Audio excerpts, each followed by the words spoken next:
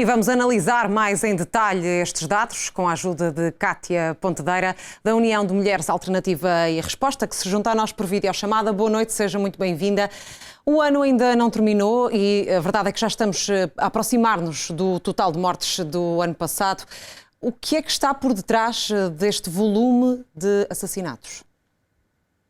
Muito boa noite. Antes de mais, muito obrigada pelo convite ao Observatório de Mulheres Assassinadas para poder estar aqui, de facto, a prestar este serviço público de informação relativamente a estes nossos dados. Efetivamente, aquilo que nós vemos ao longo do início, desde o início do trabalho que o OMA tem vindo a fazer, é que estes dados são flutuantes e, infelizmente, não seguem uma tendência decrescente, como seria de esperar, dadas tantas as medidas que têm vindo a ser implementadas e também tantos esforços que reconhecidamente têm sido feitos para diminuir estes dados. E a verdade é que estamos a falar dos casos que conseguiram contabilizar, mas podemos ter aqui uma realidade ainda maior. Isso, o Observatório de Mulheres Assassinadas parte da informação que está disponível através dos meios de comunicação social, que são a nossa fonte de dados e que geralmente todos os crimes de homicídio vêm reportados por estes meios. Não obstante, em muitas circunstâncias, a motivação do crime e a história que está por trás deste crime nem sempre é possível, obviamente, detalhar, portanto só mais tarde é que fica efetivamente conhecida e enfim, pode acontecer que destes dados que nós tínhamos, que neste caso temos aqui enquanto femicídio especificamente, 15 em que conseguimos apurar que efetivamente a motivação tem a ver com uma questão de género, com uma questão do poder e neste caso com uma imposição de poder por parte da figura agressora, que neste caso são todos os 15 homicidas homens, ex-parceiros ou parceiros atuais das vítimas, que por um lado não aceitam o término das relações e a autodeterminação das vítimas de poder refazer a sua vida e por outro lado, em circunstâncias ainda de relações atuais,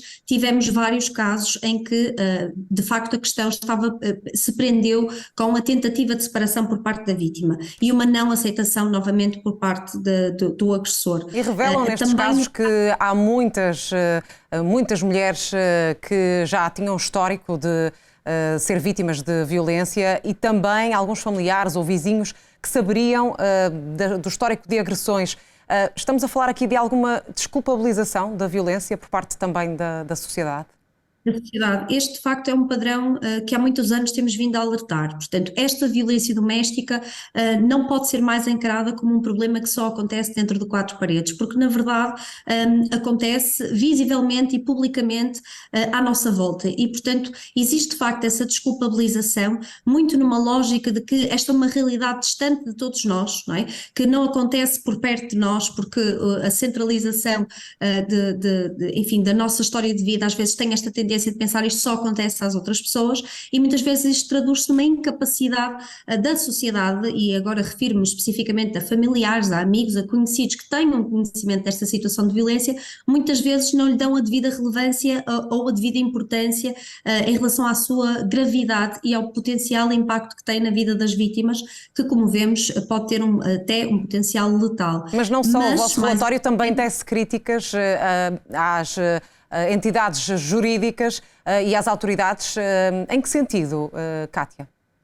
Com certeza, era o que eu ia dizer já a seguir. Mais importante do que outras pessoas terem conhecimento destas situações de violência e não as denunciarem, que é sempre o nosso apelo, que seja feita esta denúncia de forma o mais segura possível para a vítima e, se possível, com o seu consentimento e com a sua, também a participação da vítima nesta denúncia, que é muito importante, até para o próprio processo decorrer com maior facilidade. Portanto, a denúncia é de facto um aspecto muito relevante, mas a seguir exige-se que dessa denúncia resultem efetivamente medidas que protejam as vítimas. E estas medidas é que em muitas circunstâncias estão a falhar. Nós temos, de facto, o uso, por exemplo, de prisões preventivas, que começa a crescer e temos vindo a ver pelos dados estatísticos existentes, em cada ano aumenta o número de prisões preventivas no âmbito da violência doméstica, como não poderia deixar de ser, mas correspondem ainda a uma percentagem muito irrisória do número total de denúncias que nós temos a nível nacional e todos os anos, que rondam cerca das 28.000, 30.000 denúncias. E as próprias decisões em tribunal são também questionáveis do vosso ponto de vista em alguns casos?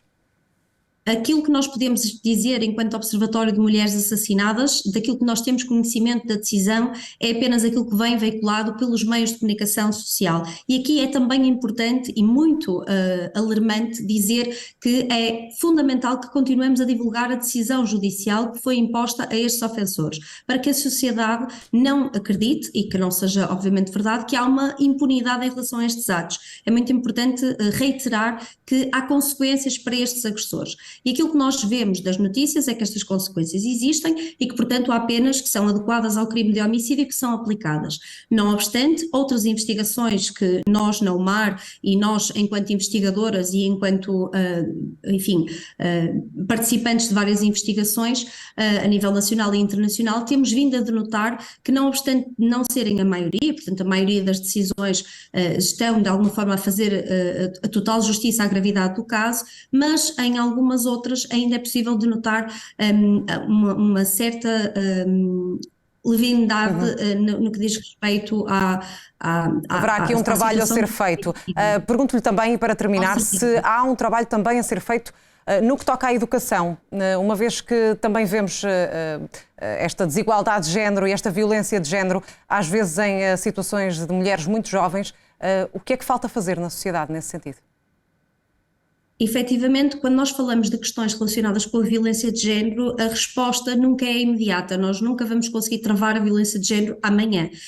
E o melhor caminho para travar estas formas de violência, não só esta de que falamos, mas também a violência doméstica e outras formas de violência de género, é através da prevenção, efetivamente. E a prevenção começa desde logo em contexto escolar, trabalhando com crianças e jovens sobre o que são relações saudáveis, o que são relações abusivas, como reagir e que não devem tolerar de maneira nenhuma relações abusivas, nem, claro, a praticar relações abusivas. Portanto, ensinar crianças e jovens, no fundo, a estar numa sociedade livre de violência e a poder estarem também livres nas suas vidas de serem vítimas de violência. Claro, e um apelo às vítimas para a denúncia. Obrigada, Cátia Pontedeira, pelo seu contributo neste Fala Portugal. Boa noite.